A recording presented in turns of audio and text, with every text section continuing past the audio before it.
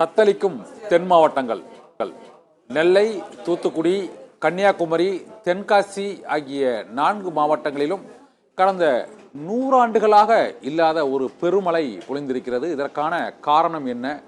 இந்த இயற்கை பேரிடர் நிகழ்வு ஏற்படுவதை முன்னரே ஏன் கணிக்க முடியவில்லை? திடீரென இந்த மழைப்பொழிவின் அளவு அதிகரிப்பதற்கான காரணம் என்ன? இது சென்னையிலும் ஒரு வாரம் முன்பு நடந்திருக்கிறது. அதைத் தொடர்ந்து தென் மாவட்டங்களான திருநெல்வேலி, தூத்துக்குடியிலும் இதுவரை இல்லாத அளவு 150 ஆண்டுகளாக இல்லாத மழைப்பொழிவு திடீரென ஒரே இடத்தில் பெய்திருக்கிறது. அண்மை காலத்தில் நாம் கேள்வியே பட்டிராத அளவுக்கு காயல்பட்டினம் என்ற சிறு நகரத்தில் 95 சென்டிமீட்டர் மழை பெய்திருக்கிறது. இது தொடர்பாக நம்மிடையே இந்த வானிலை மாற்றங்கள் தொடர்பாகவும் திருப்பங்கள் தொடர்பாகவும் இதையே நாம் கணிக்க முடியவில்லை என்பது குறித்தும் விரிவாக நம்மிடையே விவாதிப்பதற்காக இந்த சிறப்பு நேரலையில் நம்மோடு இணைகிறார் வானிலை நிபுணர் ஸ்ரீகாந்த். அவரிடம் நாம் இப்போது கேட்கலாம். சார் வணக்கம் சார். சென்னையிலும் காயல்பட்டினத்திலும் இந்த திடீரென இந்த மழைப்பொழிவு இத்தனை சென்டிமீட்டர் அதிகமாக, சென்னை பெருங்குடியில் 50 சென்டிமீட்டர் வரை மழை பெய்தது. இதே போல காயல்பட்டினம் என்ற ஒரு சிறு நகரத்தில், தூத்துக்குடியில் கடலோர அந்த தாமிரபரணி ஆற்றங்கரையோர அந்த நகரில் 95 சென்டிமீட்டர் வரை மழை பெய்திருக்கிறது. இதற்கு என்ன காரணம் சார்? அதாவது ஒண்ணு நம்ம புரிஞ்சுக்கணும், ரெண்டு இதுவுமே முதல்ல இருக்கக்கூடிய அந்த நல்ல விஷயத்தை பார்த்துருவோம். என்னன்னா இரண்டு நிகழ்வுகளிலுமே முற்றிலும் எதிர்பாராதது அப்படின்னு நம்ம சொல்ல முடியாது. ஏன்னா மிக்ஜாம் புயல் போதும் சென்னை மற்றும் அதன் சுற்றுப்புறத்துல பலத்த மழை இருக்கும்ங்கிறது கிட்டத்தட்ட எல்லாராலையும் சொல்லப்பட்டது. வானிலை மையமும் 2-3 தினங்களுக்கு முன்பே அதை சொன்னாங்க. அதே மாதிரி இந்த தென் தமிழகத்தில் பெய்யக்கூடிய மழையும் அதிக மழை பெய்யக்கூடிய சாத்தியங்கள் இருக்குங்கிறது முன்னாடியே சொன்னது. அளவு எதிர்பார்த்ததை விட அதிகமாக இருந்தது. அதுல யாருக்குமே மாற்று கருத்து கிடையாது.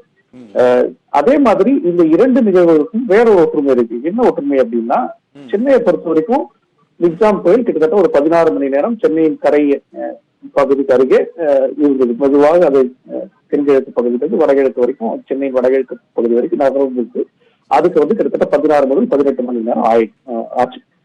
அதே மாதிரி பாத்தீங்கன்னா இந்த தென் தமிழகத்தை பொறுத்த வரைக்கும் கிட்டத்தட்ட 24 மணி நேரத்திற்கு குமரிக்கடல் அருகே இருக்கக்கூடிய அந்த வளிமண்டல சுழற்சி கிட்டத்தட்ட ஒரே இடத்துல இருந்துச்சு. சோ இது ரெண்டு நிகழ்வுகளையும் பாத்தீங்கன்னா ஒரு காமன் ஃபேக்டர் என்னன்னா, அந்த சுழற்சி ஒண்ணு மெதுவாக நகர்ந்துச்சு, இல்ல நகரவே இல்லை. சோ இந்த நகராம இருக்கக்கூடிய ஒரு சுழற்சி என்ன ஆகும்னா கிட்டத்தட்ட ஒரே இடத்துல உங்களுக்கு மழை பெய்யும். ஏன்னா காற்றின் ஈர்ப்பு மாறாது, ஒரே ஒரு பேட்டர்ன்ல காற்றின் ஈர்ப்பு இருக்கும். சோ ஒரு பர்டிகுலர் இடத்துல தொடர்ந்து மழை பெய்யக்கூடிய சாத்தியக்கூறு இருக்கும். இது இப்ப மட்டும் நடக்கல. 2022 சீர்காழியில 45 சென்டிமீட்டருக்கு மேல மழை பதிவானது சில மணி நேரத்துல. அப்பயும் கிட்டத்தட்ட இதே மாதிரி ஒரு நிகழ்வு இருந்தது. 2015 நெய்வேலியில 35 சென்டிமீட்டர் ஒரு 7 மணி நேரத்துல பதிவானதையும் அந்த சுழற்சி மெதுவாக நெய்வேலிக்கு கடலூர் அந்த பக்கம் கொஞ்ச நேரம் நின்று போனதுனால் அதே மாதிரி நம்ம அந்த நிகழ்வை பார்த்தோம். சோ எப்பயுமே ஒரு சுழற்சி ஒண்ணு மெதுவா நகர்ந்துச்சுன்னா இல்ல ஒரே இடத்துல நின்றுச்சுன்னா அதிக மழை பெய்வதற்கான சாத்தியக்கூறு நிச்சயமா இருக்குன்னு தான் நம்ம சொல்லணும். ஆனால் இது எல்லாத்தையும் தாண்டி 95 சென்டிமீட்டர் ஒரு சமவெளி பிரதேசத்துல எப்பயுமே நடக்காது. இது ஒரு அதிசய நிகழ்வு தான். அது நிச்சயமா அது நம்ம எடுத்துட்டுதான் ஆகணும். இது நம்ம இந்த வானிலை நிகழ்வுகளே கிட்டத்தட்ட ஒரு 200-300 ஆண்டுகளா தான் நம்ம பதிவு செஞ்சுட்டு வந்துட்டு இருக்கிறோம். இந்த 200-300 ஆண்டுகள் இருக்கிற பதிவு வச்சுட்டுதான் நம்ம இது வரலாறு காணாத மழை, இதுக்கு முன்னாடி இவ்வளவுதான் இருந்துச்சு, இதுக்கு முன்னாடி இவ்வளவுதான் இருக்கு, இப்ப இவ்வளவு வந்துருச்சுன்னு சொல்லிட்டு இருக்கிறோம். பட் ஆனா அதுக்கு முன்னாடி இருக்கிற காலகட்டத்துல சில சமயங்கள் நடந்திருக்கலாம், நமக்கு தெரியாது. ஆனால் கடந்த சில ஆண்டுகளாக இந்த மாதிரி ஓரிடத்தில் அதீத மழை பொழிவு செய்யக்கூடிய நிகழ்வுகளை நம்ம திரும்ப திரும்ப பார்த்துட்டு இருக்கோம்.